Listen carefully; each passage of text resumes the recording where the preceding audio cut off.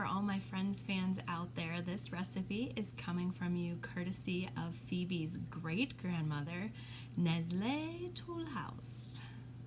All right, and welcome to a new demo. Today I am going to demo chocolate chip cookies for you, and I'm just using the Nestle Tollhouse recipe. So as always, before you start, make sure you wash your hands and tie back your long hair, and just watch your clothes. If you have anything loose fitting like hoodie strings or something, you can just tuck them in.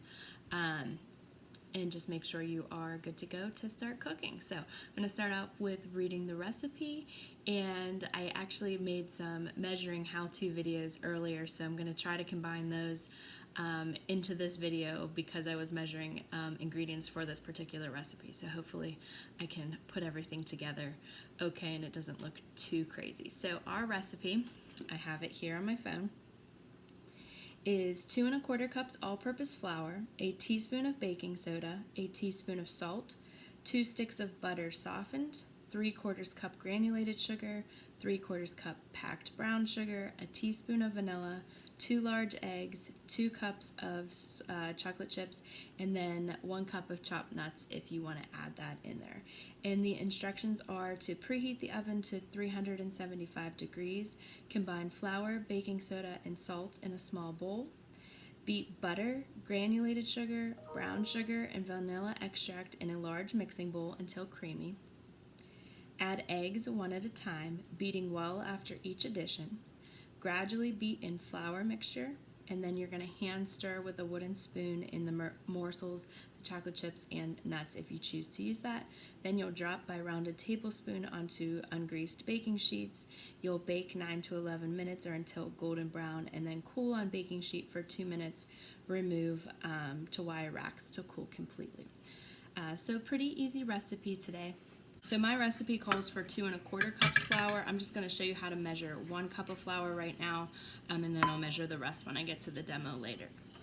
But the thing about flour is if you keep it in a canister, if you keep it in the bag, whatever, the first thing you want to do before you measure is actually stir it around. So my canister actually comes with a spoon. And I just filled this up, so it is kind of full. But you want to keep your flour nice and light and fluffy. You don't want to like pack it down. So when you're measuring flour, you never just want to scoop straight from the canister or the container that it's in. You want to kind of stir it around a little bit. I'm going to get a bowl to measure over. You also are going to need a flat edge for a leveler. So I'm just going to spoon this in, keeping it again nice and light and fluffy. You can keep stirring it as you go. Again, you never want to pack it down. You don't want to shake it off. You just want to keep filling it up. And this is what my separate bowl here is for, so if I overfill. So once you have it full, you're just going to take your leveler.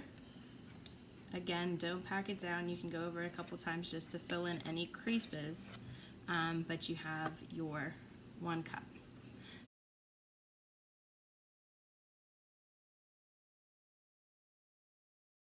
So I'm going to measure 1 teaspoon of baking soda. So I have my baking soda right here. The nice thing is with baking soda is there's a leveler built in for you. So all I have to do is take my teaspoon, level it off. Gives you a nice, I didn't like that one. There was a little snag in there. Level it off, and then you can add it into your mixing bowl. So that's a tablespoon of baking soda. I also am going to add a teaspoon of baking soda. I'm going to add a tablespoon of salt also. You always measure salt over a separate container. That way if you spill too much in there, always measure over a separate container.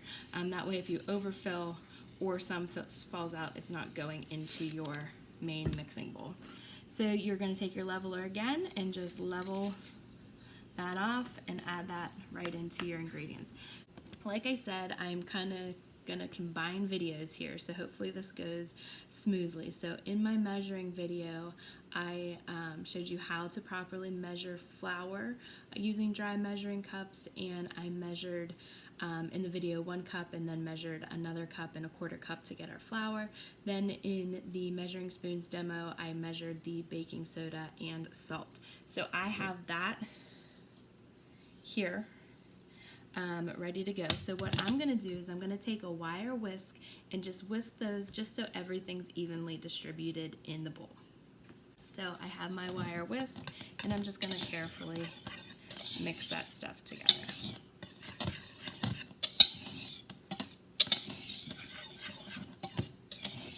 That way when I pour this into our main mixing bowl, the salt and baking soda is all spread out evenly in the flour and we don't just get lumps of it anywhere else.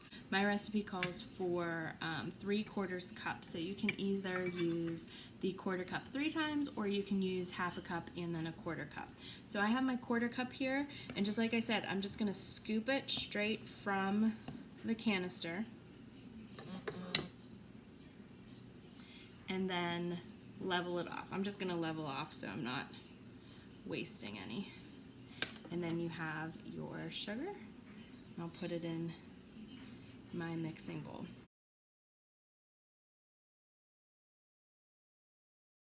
So my recipe calls for 3/4 cup brown sugar also. So you're going to scoop it in and then you're going to pack it down.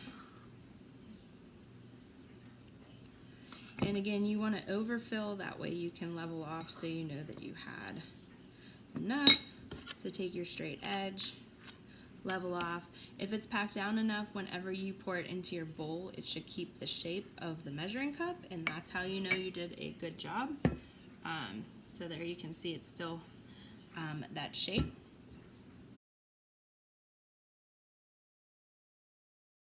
So our next direction, that just gets set aside for a while. So we're gonna mix our butter, granulated sugar, brown sugar, and vanilla. So in my mixing bowl, I have the granulated sugar and brown sugar.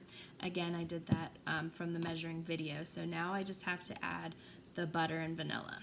I have my 2 sticks of butter. They've been sitting out at room temperature, so they are nice and softened. It helps that it's hotter out today. So I'm gonna open up the butter. And instead of just dumping this whole stick into my mixing bowl, I'm just gonna take a butter knife and I'm just going to cut it up into small chunks. That way it's easier to mix and it's just not one big stick. So this gets both these sticks. So with butter, when you have sticks of butter, it's nice because your measurements are right on the wrapper. So you can see it gives you some measurements. So for 1 stick of butter, it is 1/2 cup, and it's broken down into tablespoons, and then that gives you some more equivalents in there. So that makes it easy to measure. So if you didn't need a 1/2 cup, you can use those measurement marks to cut off however much you need. So I have the granulated sugar, brown sugar, and butter in there. And the next thing I need to add is vanilla. This just presses in. And then we're using this attachment today, so this just gets slid on. I'm gonna lift this up. And then you're always, when you're doing the KitchenAid mixer, you always wanna start off on low speed, and then you can gradually get higher. So we're just gonna start it on low.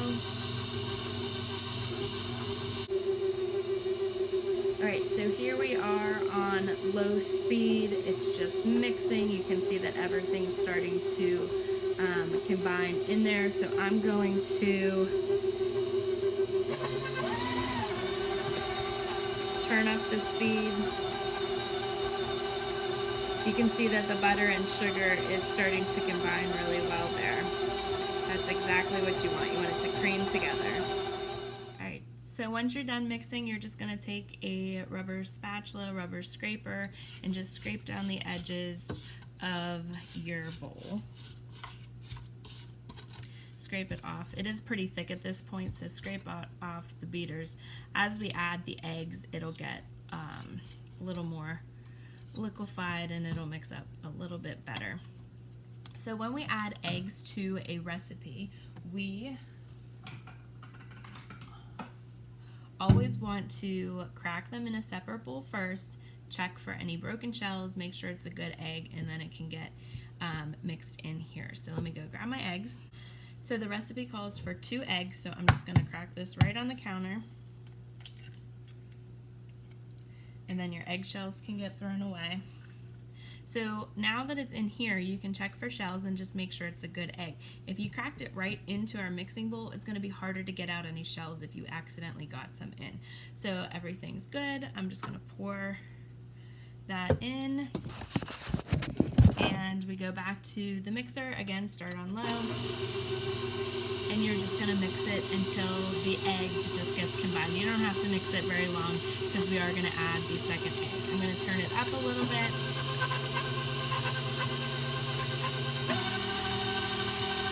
You just want to make sure the egg gets incorporated in there and it isn't too runny at all.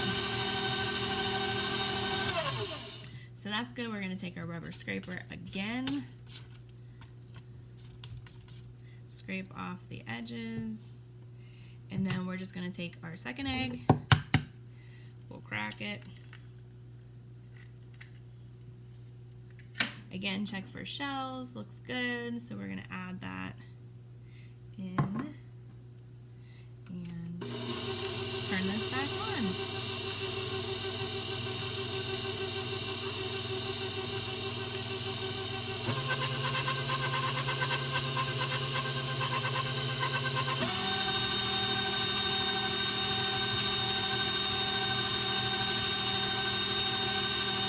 Again, we don't have to mix it long, just long enough to get everything incorporated because we're going to add the flour next.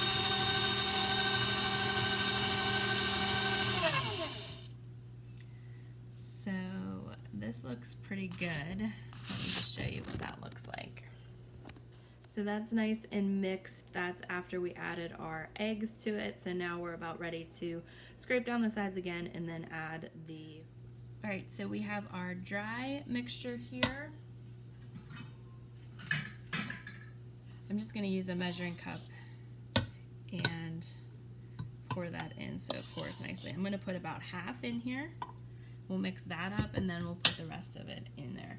My KitchenAid mixer comes with this really nice guard that I can set on the bowl while it's mixing. So this time it's really important that you start on low because flour, if you start on too high, is just going to come up all over the place. So start it on low,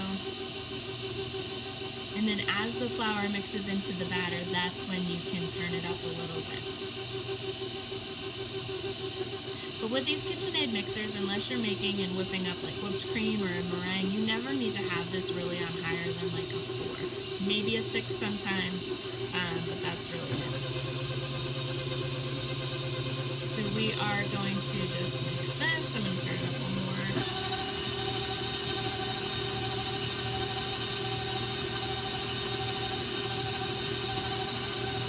Stop that. And I think I'm low enough. I'm just going to pour the rest of this in here.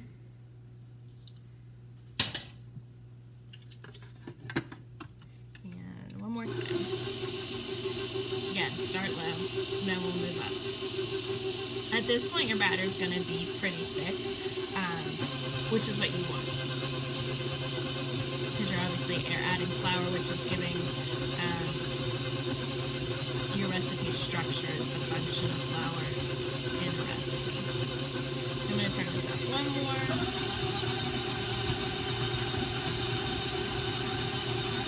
Give it a good mix. And then we're going to hand stir in the chocolate chips so we can mix it a little bit more there. Turn that off. Take this off. Mine lowers down and lift off the beater. So I think this is a really great time, maybe I should have said it earlier, is you should never, because I know most of you are looking at this dough thinking, that looks so good.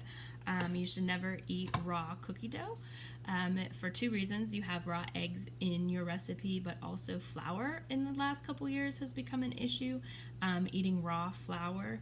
So that just means any flour that's not cooked. So right now your eggs aren't cooked, your flour is not cooked, and flour could potentially have bacteria that causes foodborne illness in it. So you want to be really careful. As good as it looks, resist it, because you could get really sick from it and you don't want that to happen. So at this point, let me move this out of the way. See if I can get this down here. At this point, like I said, as good as this looks, you're going to take your beater. You can see how thick the dough has gotten, and you're just going to clean it off the best that you can. And the best thing to do is, after you've gotten as much off as you can, is just throw this in the sink and rinse it off, or throw soap on it. Then you're not tempted to eat any of this. But it is very sticky.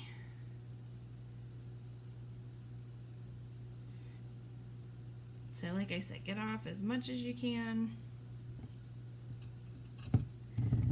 because the more dough, the more batter that you have, the more cookies that you make. So that's good. And that's the point of making this, right? Is so you have cookies to eat. So you're just going to put that to the side. Use this time to scrape down the bowl. And then our last step is to stir in the chocolate chips. So we're going to use a wooden spoon. I'm going to just scrape all that off. Put this down. Let me go grab my chocolate chips. So you're just going to put your whole bag, semi-sweet chocolate chips in there. So when a recipe says hand stir, it just means to stir by hand with a spoon. It doesn't mean stick your hand in there and stir it up. I've seen people do that and think about doing that, or ask, am I really stirring it with my hand? No, you're going to use your hand, you're going to use your muscle, and you're going to stir this together.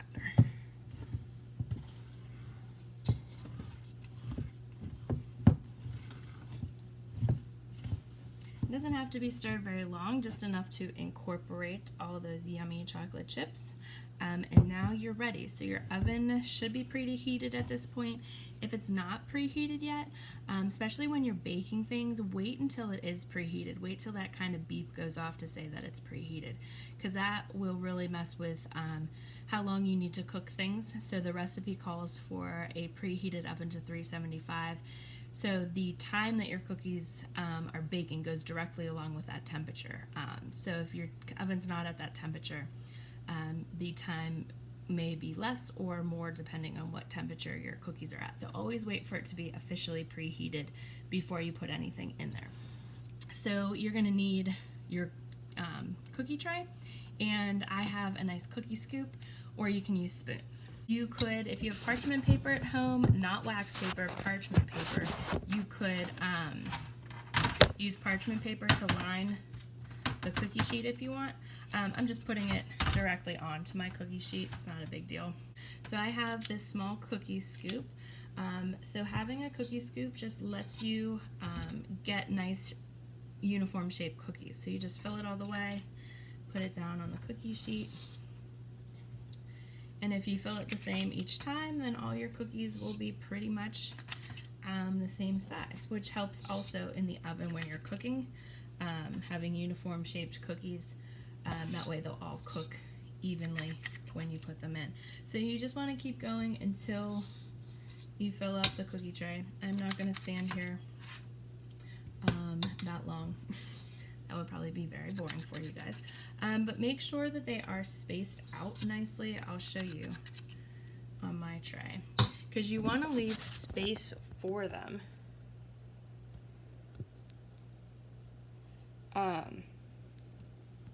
You want to leave space around so they can spread out a little bit while they're cooking, and you don't want them all to mush together while they're cooking. So make sure they're evenly spaced out, and that will help too. So once you have your cookie tray filled up, you're going to cook them for 7 to 9 minutes until they're golden brown. So we'll talk about the next steps to check after that, and what to do once they come out of the oven. All right, cookies came out of the oven. These were in for about 8 minutes, so you can see that they are just slightly golden brown, ready to go. So they stay on the pan for 2 minutes to cool, and then you put them on a cooling rack. And the reason we want to do that is because the cooling rack has these feet on here. So the cooling rack has a little bit of space underneath, so it's not setting directly onto your counter. And putting everything on a cooling rack lets air circulate all around, versus if you just left them on top of the oven. My oven's still on because there's another round of cookies in there. So these aren't going to cool off because they're still getting heat. So you want to put them on a cooling rack so they can cool off and they get air circulated all around them. So that is the demo for chocolate chip cookies. So you just want to keep making the cookie dough keep making the cookies until your dough is gone. And then most importantly, the worst part, not my favorite part, is the cleanup. So always make sure that you clean up your kitchen when you're done. So if you have allergies or any restrictions, obviously you can adjust recipes as needed to fit your needs and the needs of your family. You can add oats to this to get a little more nutrients. You can add raisins to it. You could use whole wheat flour. Cut out some of the sugar, use different sugars. So baking is nice because you can take a recipe and you can make the adjustments that you need, either for restrictions and allergies, or if you just want to try a different, healthier version of things. So if you end up making these, enjoy. They'll taste delicious with a nice cup of cold milk. All right, until next time, guys.